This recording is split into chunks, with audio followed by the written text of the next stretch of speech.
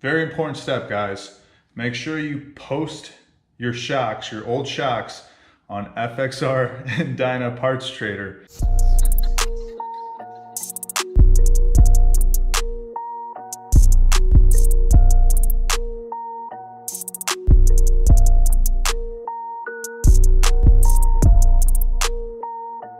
What's up, guys? Welcome to Dyna Demos. I'm Rod. I'm Lego. And today we're going to be putting the RS-1 RWD piggyback shocks on my 2016 Dyna Lowrider S. But before we get into that, I want to take this time to shout out to Moons MC for sending this sweet banner for the shop and giving us these free t-shirts and stickers. So thank you. Make sure you guys hit up Moons MC if you guys need any LED lighting or anything like that. Hope you guys enjoy the video. And make sure you guys like, comment, and subscribe. Thank you. Alright guys, this is a long time coming because I ordered these shocks probably about a month ago.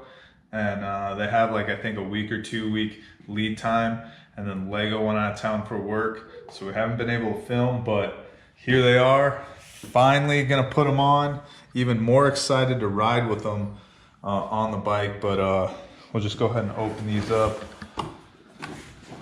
Here they are. Got some instructions,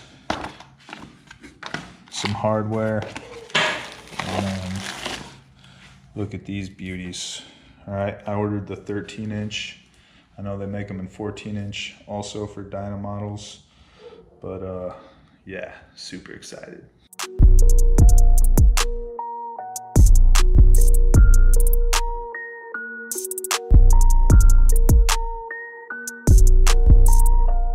All right, guys, so we've already done a few things just to speed things up. We already jacked up the back tire. All right, shout out to Scott Smith. I talked to him on IG. He sent me that the link to that jack.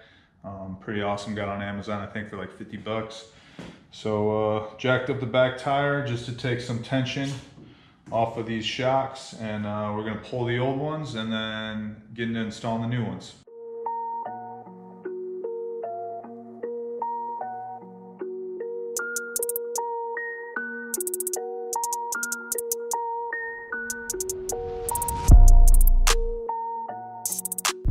And we already broke torque on this top bolt or top nut.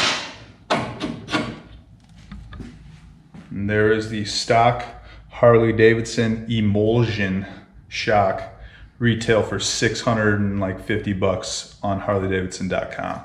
So just repeat the same steps on the opposite side, except that bottom bolt has a receptacle and doesn't have a nut. So don't be alarmed if you're taking the right side bottom bolt out and you don't see a nut.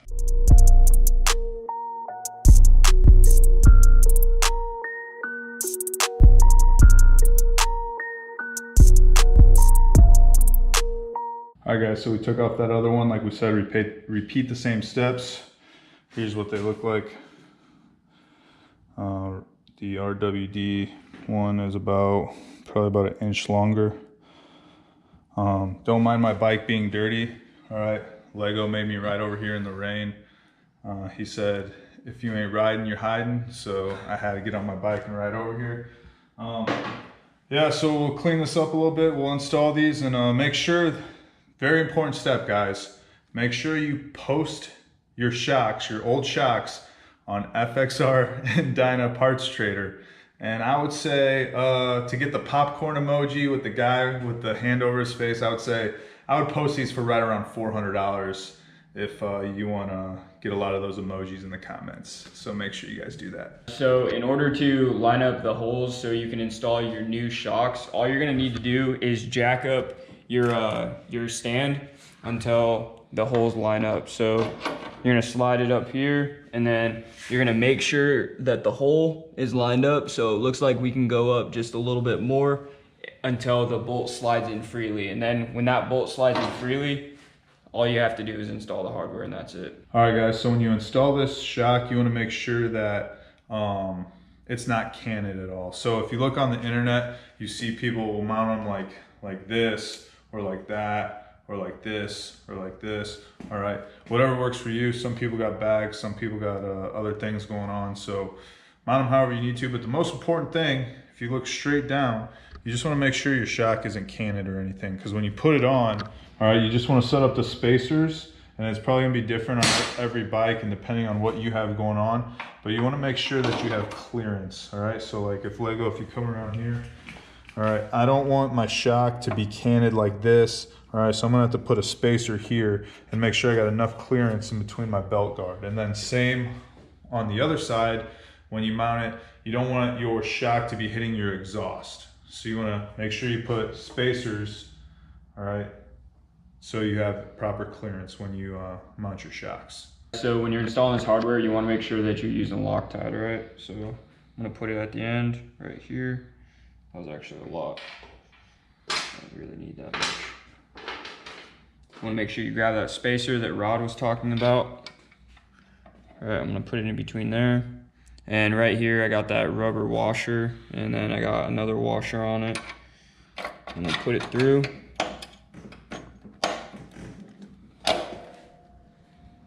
And then I'm gonna put the nut on the back side.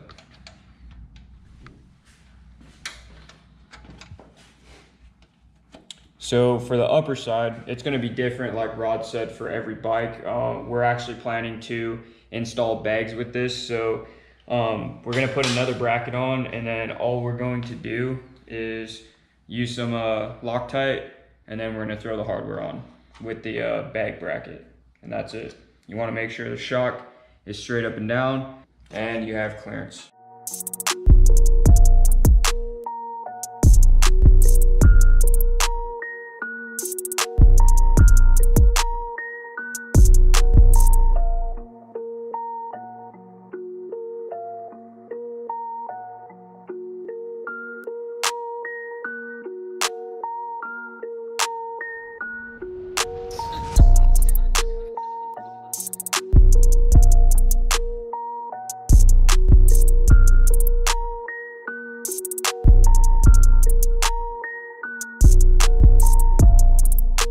So after you tighten down all the hardware, you want to make sure that your spring length is the same on both sides. So an example, you're going to measure from the bottom of this spring to the top of this spring right here. And if this measurement is 8 inches, on the opposite side, your measurement should be 8 inches. That's just an example. You might not get that measurement, okay? What we're going to do now is we're going to get the free sag, okay? So in order to do that, you don't want any weight on the bike. So you can either hold the bike standing up, or we have it on a stand being supported at the front.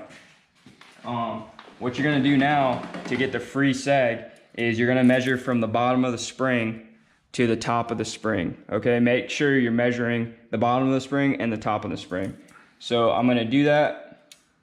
I'm gonna get my measurement. So I'm just gonna use this as an example. So if my measurement on free sag is 8 inches, when I do the rider sag, my measurement that I should get is 7 1/4. You should have 3/4 of sag for the dyna. That is what is recommended for the RWD shocks. So now what's gonna happen is Rod's gonna sit on the bike, and the measurement should be 3/4 less than the measurement I took of free sag.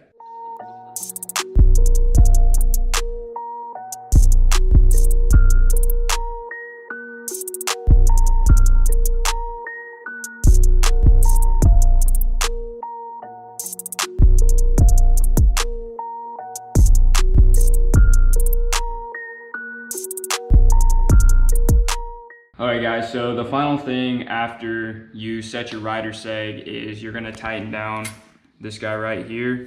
You're just gonna tighten it all the way down. Make sure the spring doesn't get adjusted when you tighten down your jam nut, all right? The last thing we're gonna talk about is we're gonna talk about slow speed compression and high speed compression. Okay, the difference, so your red knob right here, this is your high speed compression. So we actually called customer service down at RWD because we had questions about slow speed compression, high speed compression.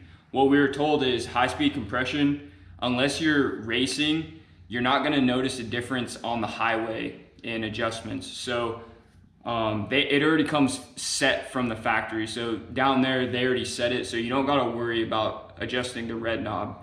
And then with slow speed compression, which is the black knob, for the adjustment on the dyna, it's recommended that you go 5 turns out. So what I would do is I'm gonna turn this all the way closed, so you're gonna feel like the little detents. So you close it all the way, and then you open it. So righty-tighty, lefty-loosey. So you're gonna go all the way tight, and then you're gonna go 5 turns out. And that's gonna give you the best adjustment. And then if you wanna adjust it from there, you can. All right guys, that's gonna do it for the RWD RS-1 piggybacks. Hope you guys liked the video. Shout out again to Moons MC and RWD's customer service for any questions, for the questions that we did have. Hope you guys enjoyed the video. That's going to do it for us at Dyna Demos. I'm Rod. I'm Lego, and make sure you guys like, comment, and subscribe. Thank you.